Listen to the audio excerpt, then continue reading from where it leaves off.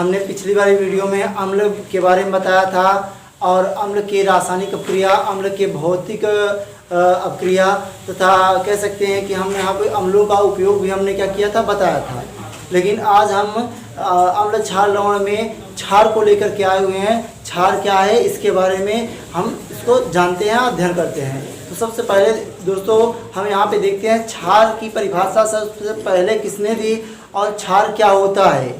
तो चलते हैं यहाँ पे हम क्षार के बारे में। तो जैसे आप देख रहे हैं यहाँ पे कि क्षार बेस अर्थात बेस की जो परिभाषा है, जिस प्रकार अम्ल की परिभाषा स्वांते आर्हेनियस ने दिया था, उन्होंने कहा था कि वे पदार्थ जो जल में पूर्णतः वियोजित होकर केवल हाइड्रोजन धन आयन प्रदान करते हैं उसे हम अम्ल कहते हैं। ठीक उसी प्रकार स्वांते आर्हेनियस ने यहाँ पर आयनों के आधार पे यहाँ पे दिया है परिभाषा।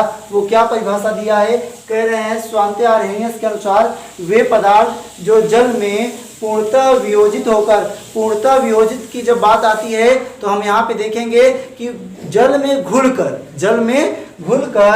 हाइड्रोजन, जल में घुलकर हाइड्रोक्साइड ऋण आयन प्रदान करते हैं, उसे हम क्षार कहते हैं। फिर से एक बार इसको देख लेते हैं। जिसे स्वांते आर्हेनियस के अनुसार क्षार की परिभाषा क्या है, देखते हैं। वे पदार्थ जो जल में पूर्णतः वियोजित होकर या वे पदार्थ जो जल में वियोजित होकर हाइड्रोक्साइड ऋण आयन प्रदान करते हैं या देते हैं, उसे क्षार कहते हैं, उसे क्षार कहते हैं। जैसे देख लीजिए यहाँ पे सोडियम हाइड्रोक्साइड है, जब ये गर्म किया जाता है, सोडियम हाइड्रोक्साइड आयनों में क्या होता है, सोडियम धन आयन और हाइड्रोक्साइड ऋण आयनों में क्या होता है, ये टूट जाता है।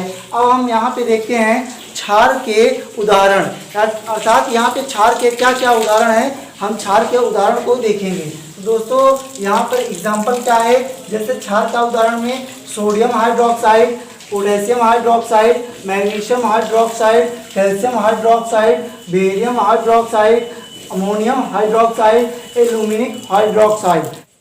जैसे कि हम लोग जानते हैं सोडियम हाइड्रोक्साइड और पोटेशियम हाइड्रोक्साइड का उपयोग कहाँ पे किया जाता है, तो इसका उपयोग कठोर और मृदु साबुन बनाने में किया जाता है। यानी दोनों लवणों का उपयोग, एक तरह से देखा जाए तो ये कहने का मतलब है यहाँ पे ये क्षार हैं, लेकिन दोनों क्षारों का उपयोग लवण बनाने के रूप में अर्थात धावन सोडा बनाने के रूप में उपयोग किया जाता है और यहाँ पे बाथिंग साबुन बनाने के उपयोग में किया जाता है। आप जानते हैं ये सभी क्या हैं, आपके एग्जाम्पल हैं क्षार के। अब हम यहाँ पे देखते हैं कि क्षार के बारे में तो हमने अध्ययन कर लिया, लेकिन ये क्षारक क्या है। क्षारक की बात जब आती है तो जो क्षार होता है वही जब जल से क्रिया करता है तो क्या कहलाता है, क्षारक। क्या कहलाता है, क्षारक। अर्थात जब जल से क्रिया क्षार की होगी तो वह क्या कहलाएगा, क्षारक। अर्थात जैसे एग्जाम्पल्स हम यहाँ से देख सकते हैं या इसके रिएक्शन से देख सकते हैं कि अमोनिया एक गैस है जो कि एक क्षारीय प्रवृत्ति की गैस है, अर्थात ये एक क्षारीय गैस है और ये जब जल से क्रिया करती है तो ये अमोनियम हाइड्रोक्साइड बनाती है। अर्थात अमोनियम हाइड्रोक्साइड क्या होता है, जो अमोनियम हाइड्रोक्साइड होता है वो एक क्षार होता है। तो ये क्षार जो होता है अमोनियम हाइड्रोक्साइड वो क्या कहलाएगा, यहाँ पे क्षारक कहलाएगा। क्या कहलाएगा, क्षारक। जैसे हमने अभी बताया आपको कि जब क्षार जल से क्रिया करता है तो वह क्षारक कहलाता है। अर्थात यहाँ पे अमोनिया और जल से क्रिया करने के पश्चात जो प्राप्त पदार्थ हुआ वो हमारा क्या हुआ, क्षारक हुआ। जिससे इसका फार्मूला क्या है, अमोनियम हाइड्रोक्साइड, अमोनियम हाइड्रोक्साइड। अब हम यहाँ पे देखते हैं, क्या देखते हैं यहाँ पे, सभी क्षारक क्षार होते हैं लेकिन सभी क्षार क्षारक नहीं। अर्थात यहाँ पे हम देख रहे हैं कि सभी क्षारक क्षार होते हैं लेकिन सभी क्षार क्षारक नहीं। इसको हम आराम से समझ सकते हैं अपनी भाषा में कि सभी क्षारक अर्थात सभी क्षारक यानी कि जो जल में क्षार विलय हैं वो क्षारक क्षार कहलाएंगे, लेकिन सभी क्षार यानी कि जो क्षार होंगे ये जरूरी नहीं है कि सभी क्षार जल में विलित हो जाएं या विलय हो जाएं या घुल जाएं। अर्थात आप समझ गए होंगे कि क्षार क्या है, क्षारक क्या है। क्षार की परिभाषा से हमने आपको बता दिया, लेकिन जो क्षारक है उसको हम यहाँ पे बता रहे हैं कि सभी क्षारक क्षार होते हैं। अर्थात जो क्षार जल में घुलित होते हैं या विलय होते हैं वो क्षार होते हैं, लेकिन यह जरूरी नहीं है कि सभी क्षार जल में घुल जाएं, अर्थात सभी क्षार क्षारक कहलाएं। तो दोस्तों हम देखते हैं यहाँ पे क्षार के प्रकार के बारे में। क्षार के प्रकार क्या है? तो क्षार के प्रकार, टाइप ऑफ बेस, अर्थात यहाँ पे कह रहा है क्षार के प्रकार। तो क्षार के प्रकार के बारे में हम यहाँ पे क्या करते हैं, देखते हैं।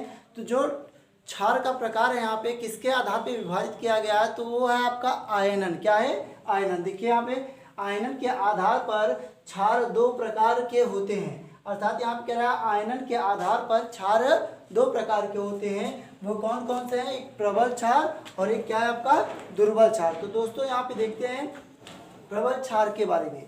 प्रबल क्षार क्या है?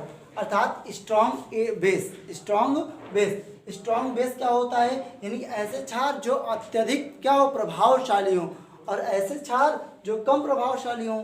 यह सामान्य व्यवहारिक भाषा में हो गया। अन्यथा अगर हम देखें यहाँ पे प्रबल क्षार की परिभाषा, तो वो परिभाषा क्या है?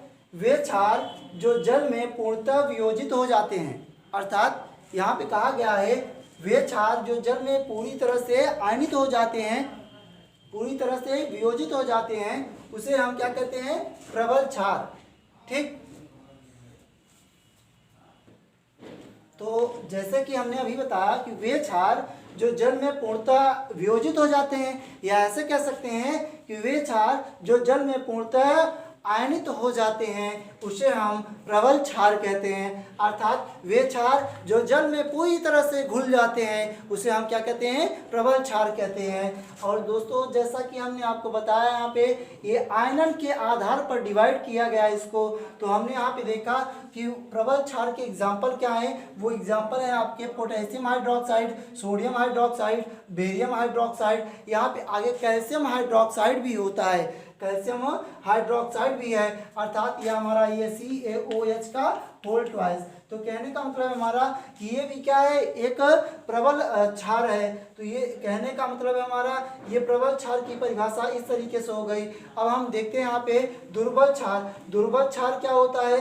दुर्बल क्षार के बारे में, वीक बेस के बारे में अध्ययन करेंगे। तो वे क्षार जो जल में पूर्णतः वियोजित नहीं होती है, या ऐसे कह सकते हैं कि वे क्षार जो जल में पूरी तरह से आयनित नहीं होती है या कम आयनित होती है, उसे हम क्या कहेंगे? क्षार कहेंगे। क्या कहेंगे? क्षार। लेकिन कौन सा क्षार? वो प्रबल क्षार नहीं है, दुर्बल क्षार, सॉरी दुर्बल क्षार, दुर्बल क्षार कहेंगे। तो जैसे हमने अभी यहाँ पे देखा कि वे क्षार जो जल में पूर्णतः वियोजित नहीं होती है या नहीं होते हैं, उसे हम दुर्बल क्षार कहते हैं। क्या कहते हैं? दुर्बल क्षार। दुर्बल क्षार है होते क्या है? जैसे यहाँ पे एल्यूमिनियम हाइड्रोक्साइड है, अमोनियम हाइड्रोक्साइड है, अर्थात ये जो भी होंगे ये सभी P ब्लॉक के साथ होंगे, अर्थात ये सभी P ब्लॉक के साथ बनाएंगे और कंपाउंड। तो ये सब हमने अभी अभी देखा यहाँ पे प्रबल क्षार और दुर्बल क्षार के बारे में। हम